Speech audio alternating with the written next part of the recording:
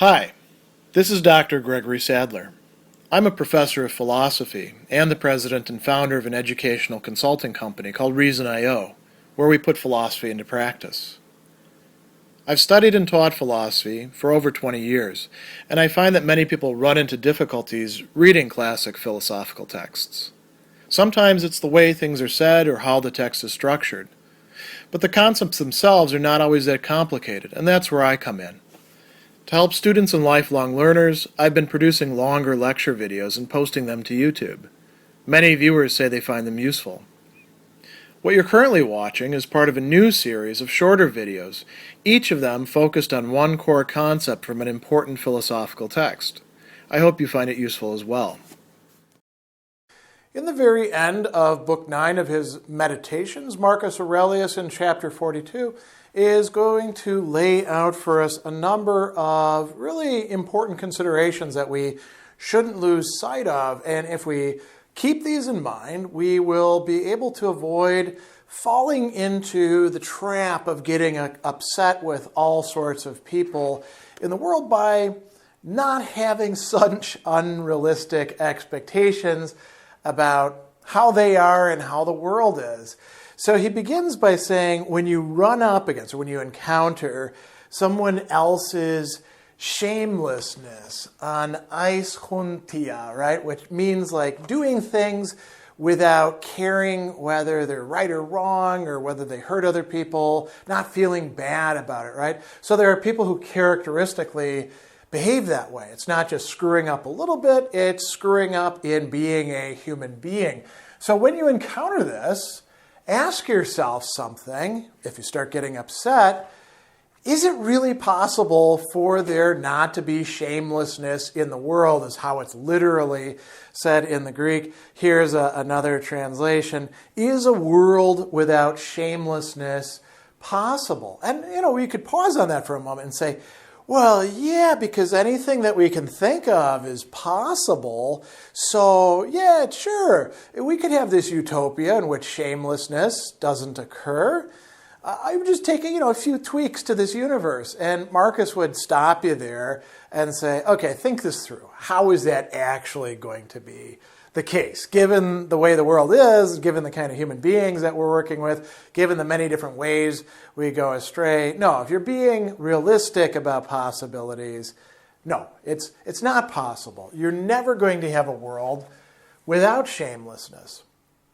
Same thing for other character flaws. Being vicious. Now, the translation here of vicious could also, it's sometimes translated roguish, right? And we often view that as kind of, somebody's just doing a few bad things. But literally, it means like the kind of person who will stoop to anything, who will do anything, pan urgos. They will set their hands to just about any task, whether it's robbing old ladies of their purses on the street or pushing people onto train tracks or pick whatever else you want, manipulating the stock market, engaging in corruption. So vicious people. Is it possible to have a world without vicious people?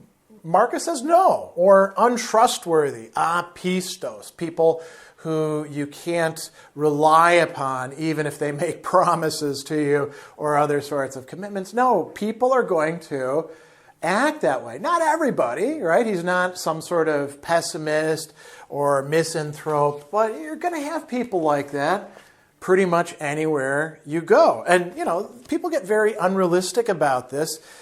I'm going to go to this school. I'm going to be in this company, this workplace.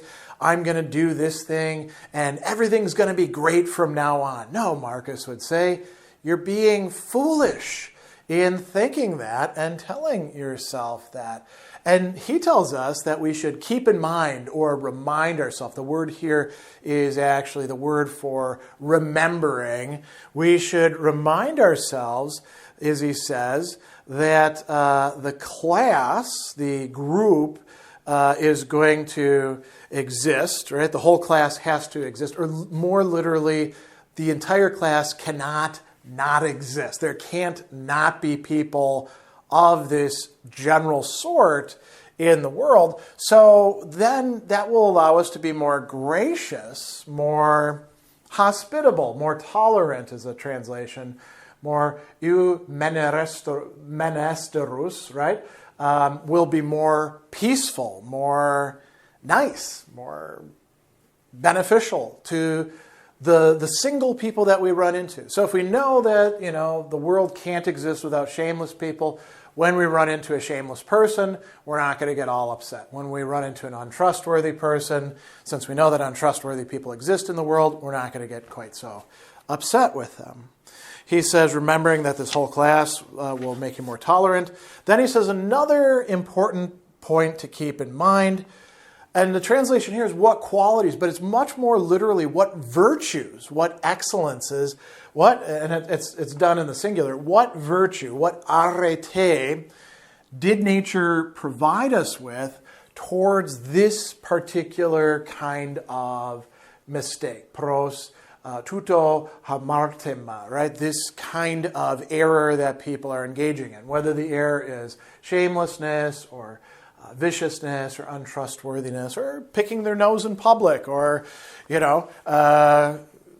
being cowardly or pick any other character flaw that you want. And he uses this interesting term, antipharmakon, a remedy for this particular thing.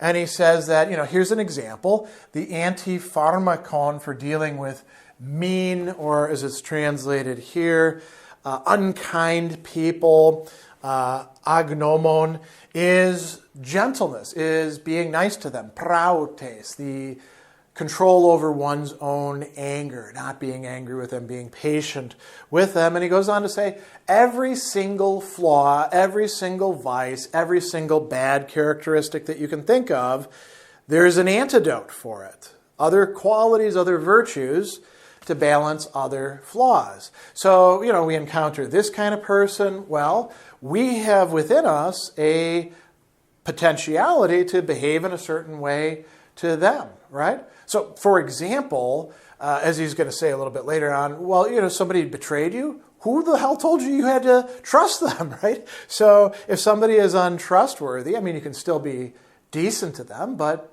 don't trust them with a lot of stuff. Isn't that kind of, common sense? And he says, when others stray off course, so people who are literally wandering away from where they're supposed to be, peple manenon, somebody who not only is wandering away, but has departed from the path they should be on, you can try to set them straight. And this means, so the word here is metadidaskein.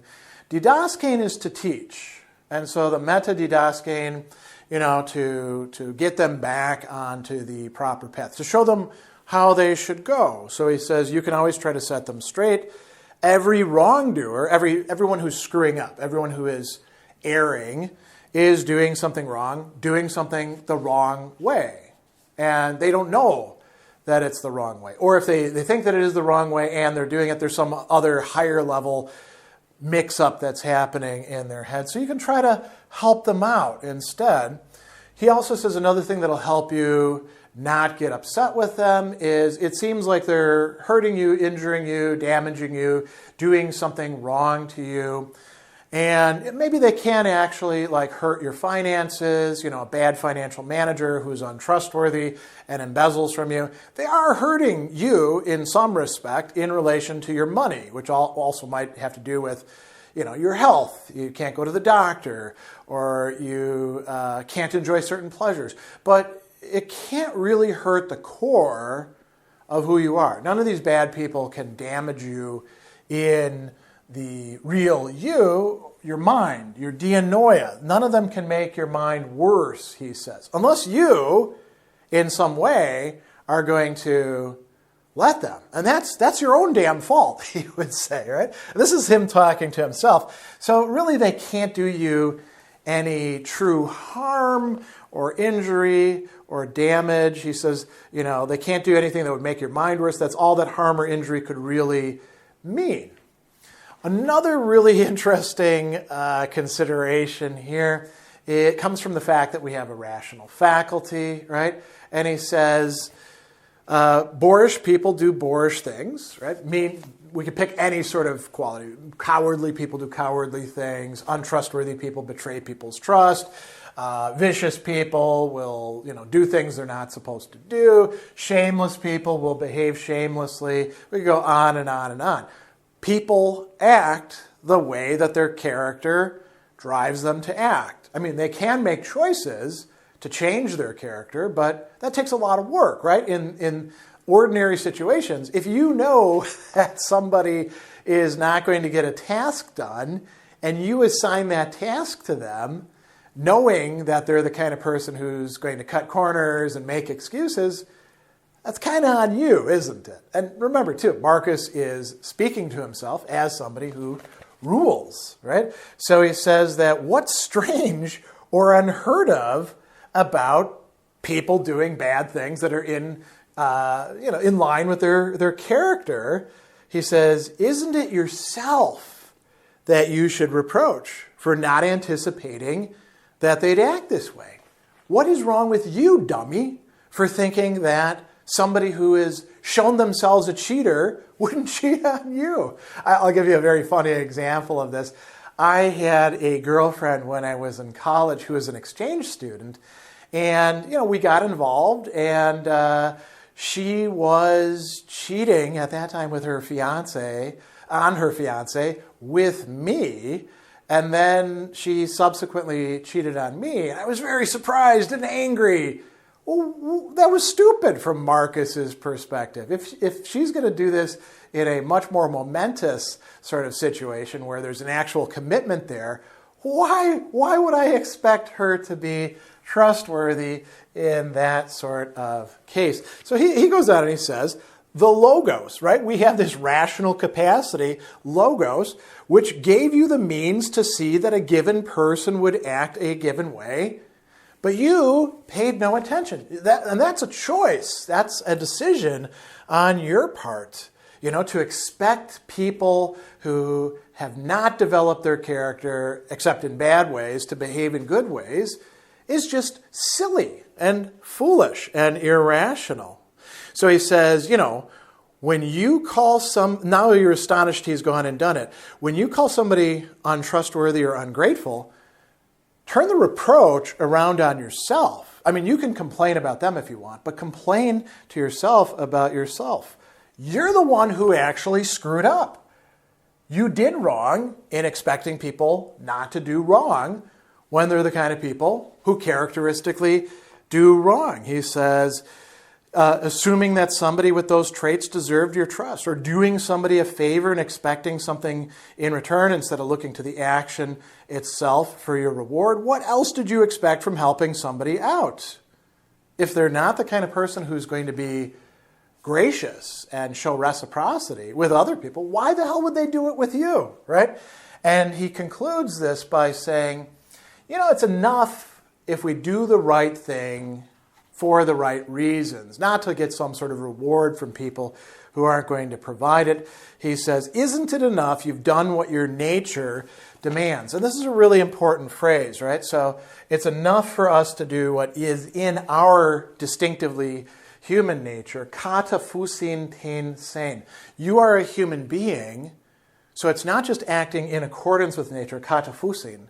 It's acting in accordance with human nature, your nature, the way that a human being ought to behave. And what does this look like for Marcus? I mean, he talks about this at many places in this work, but he says, as if your eyes expected a reward for seeing, your feet for walking. That's what they're made for, right? That's what they're designed to do. They have a function. What is your function as this thing that includes eyes and feet, but also a rational mind? He says, human beings were made to help others. When we do help others, and the word for help others is sort of cooperating with them, working in the same tasks, collaborating.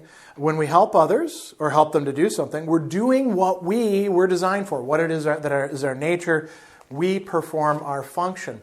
If we focus on what we do rather than on what other people do, we're going to avoid getting foolishly upset with them when they let us down. And they don't let us down, right? They behave exactly the way that we should have anticipated or expected them to do based on their past behavior and the character that they're displaying. So this can be very, very helpful as a set of right responses, a sort of bundle of ways of looking at things to people who are doing the wrong thing. If we do this, we can avoid getting ourselves upset, angry, hateful towards them. It doesn't mean that we have to approve of their wrongdoing. We can still say that they're doing the wrong thing, but we don't have to allow it to get us upset and demanding worlds that don't really exist. We can live in this real world filled with people who are going to screw up and keep ourselves from screwing up in our responses to them and having better responses as a replacement for those other misguided responses on our part.